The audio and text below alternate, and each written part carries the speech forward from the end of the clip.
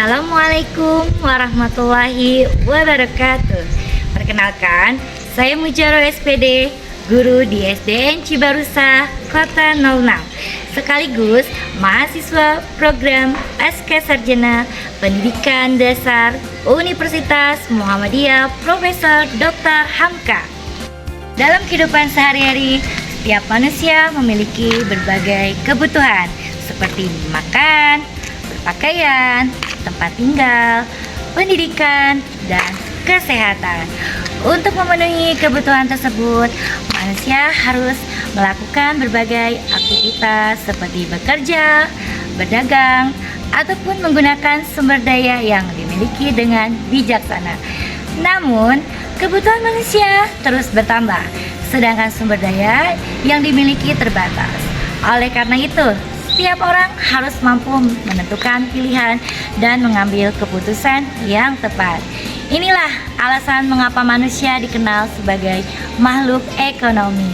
Pemahaman mengenal manusia sebagai makhluk ekonomi penting dikenalkan sejak usia dini melalui pembelajaran yang dekat dengan kehidupan siswa agar mereka terbiasa mengambil keputusan yang bijaksana dalam kehidupan sehari-hari.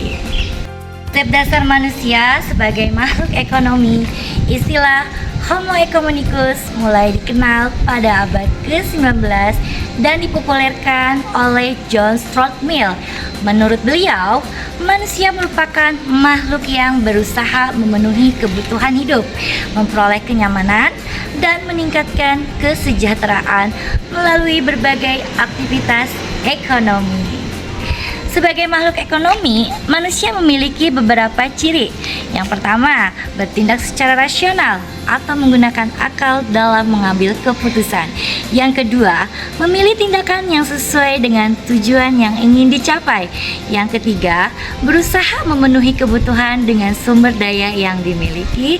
Dan yang keempat, memiliki berbagai kebutuhan dan keinginan yang terus berkembang, serta berusaha memperoleh manfaat yang sebesar-besarnya dari setiap pilihan yang diambil.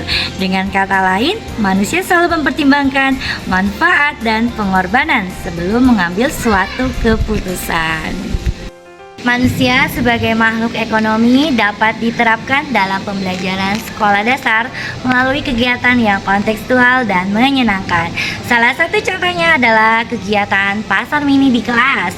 Guru menyiapkan beberapa barang seperti buku tulis, pensil, penghapus, makanan ringan, atau buah-buahan. Selanjutnya, siswa diberi uang mainan dengan jumlah yang terbatas. Kemudian mereka diminta membeli barang sesuai kebutuhan.